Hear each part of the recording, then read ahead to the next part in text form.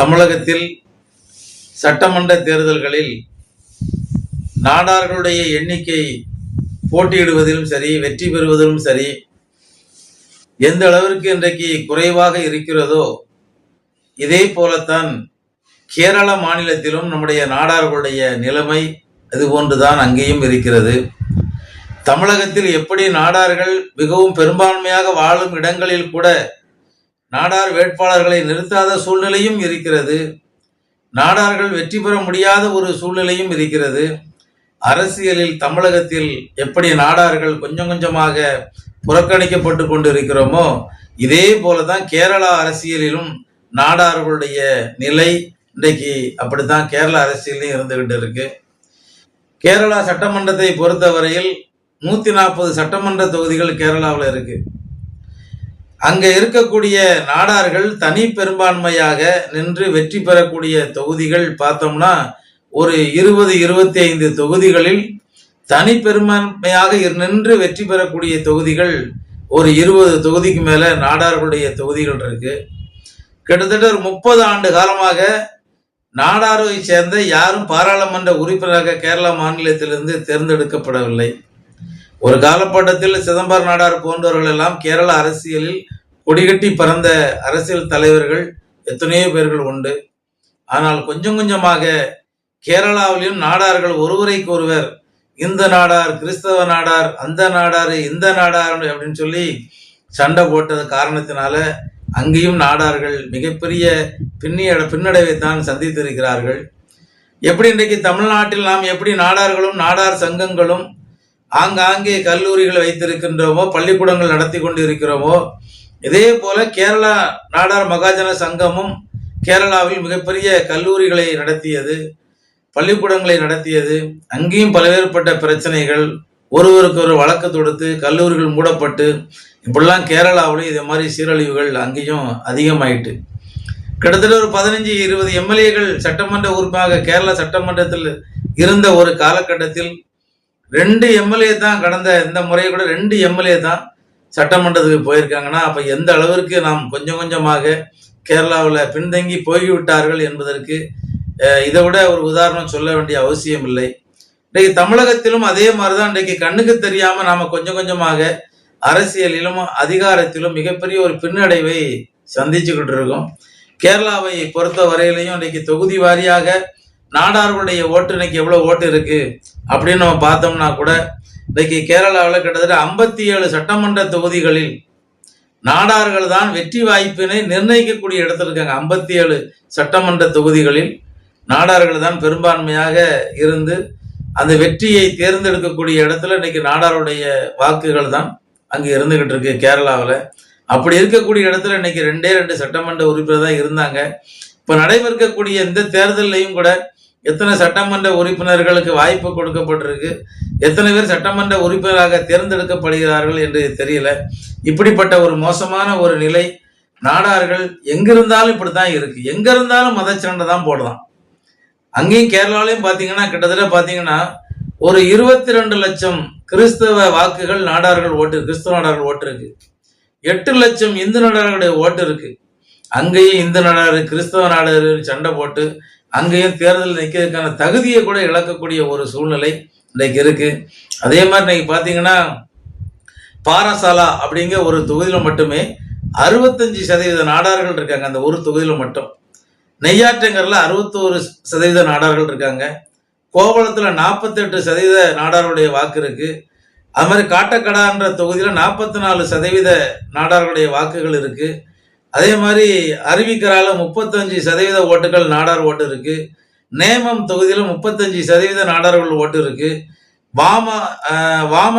வாமனபுரம் அந்த தொகுதியில பாத்தீங்கன்னா ஒரு 32% ஓட்டு நாடார் ஓட்டு அந்த தொகுதியில இருக்கு. புனலூர்ல 31% ஓட்டு நாடார் ஓட்டு இருக்கு. நெடுமங்காட்டுல 30% ஓட்டு நாடார் ஓட்டு இருக்கு.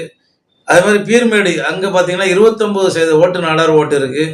அதே மாதிரி வண்டிக்காவுல 25% ஓட்டு நாடார் ஓட்டு இருக்கு. அதே மாதிரி களக்கூட்டம் தொகுதியில 25% ஓட்டு நாடார் ஓட்டு. திருவனந்தபுரத்துல 24% ஓட்டு நாடார் ஓட்டு இருக்கு. தேவிகுளம் அது தனி தொகுதி தான், அதுலயே 24% ஓட்டு நாடார் ஓட்டு இருக்கு. அதே மாதிரி உடும்பஞ்சோலால பாத்தீங்கன்னா 27% ஓட்டு நாடார் ஓட்டு இருக்கு. சடையமங்கலத்துல 23% ஓட்டு நாடார் ஓட்டு இருக்கு. இரவிபுரத்துல 20% ஓட்டு நாடார் ஓட்டு இருக்கு. கொட்டாரக்கராவில் 18% ஓட்டு நாடார் ஓட்டு இருக்கு. கோட்டயத்துல 18% ஓட்டு நாடார் ஓட்டு இருக்கு. ராணியில பாத்தீங்கன்னா 17% ஓட்டு நாடார் ஓட்டு இருக்கு. கொன்னில 16% ஓட்டு நாடார் ஓட்டு இருக்கு. பூஞ்சூர்ல பாத்தீங்கன்னா 14% ஓட்டு நாடார் ஓட்டு இருக்கு. கொன்னி, அரண்முலா, இடுக்கி இந்த தொகுதியெல்லாம் பாத்தீங்கன்னா 16% ஓட்டு நாடார் ஓட்டு இருக்கு. அதே மாதிரி கொல்லம், வர்க்கலா, ருத்ரா, பலா, குன்னத்தூர் தொகுதி இந்த மாதிரி தொகுதியில் பார்த்தீங்கன்னா 14 முதல் 15% ஓட்டு நாடார் ஓட்டு இருக்கு.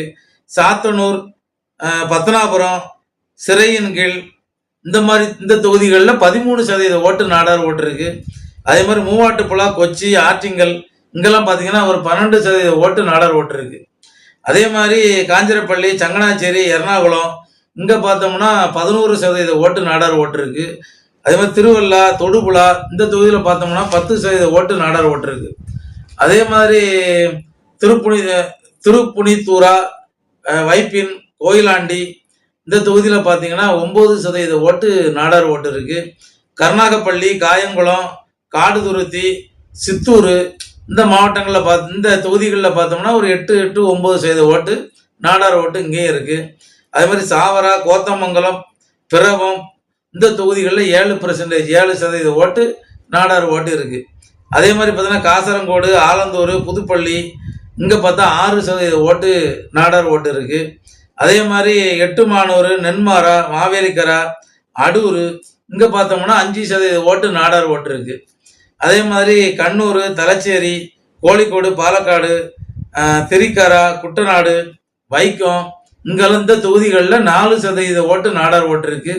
அது மாதிரி கல்பேடா, நடப்புறம், பெய்போரா, சார்னூர், திருச்சூர், ஆலப்புழா இந்த தொகுதிகளில் 3% ஓட்டு நாடார் ஓட்டு இருக்கு.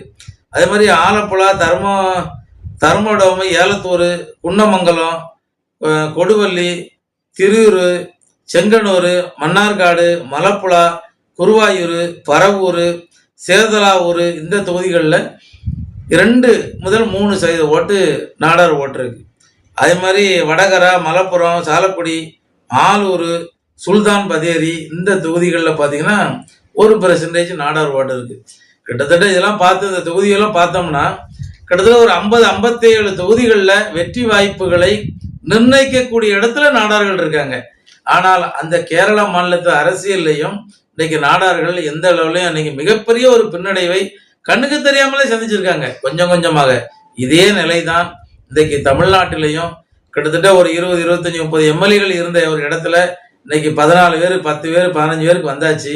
இன்னும் காலப்போக்கில் இன்னும் கொஞ்சம் கொஞ்சமாக நம்முடைய கண்ணுக்கு தெரியாமலே நாம் மிகப்பெரிய ஒரு வீழ்ச்சியை அரசியலிலும் அதிகாரத்திலும் சந்தித்து கொண்டு இருக்கோம்.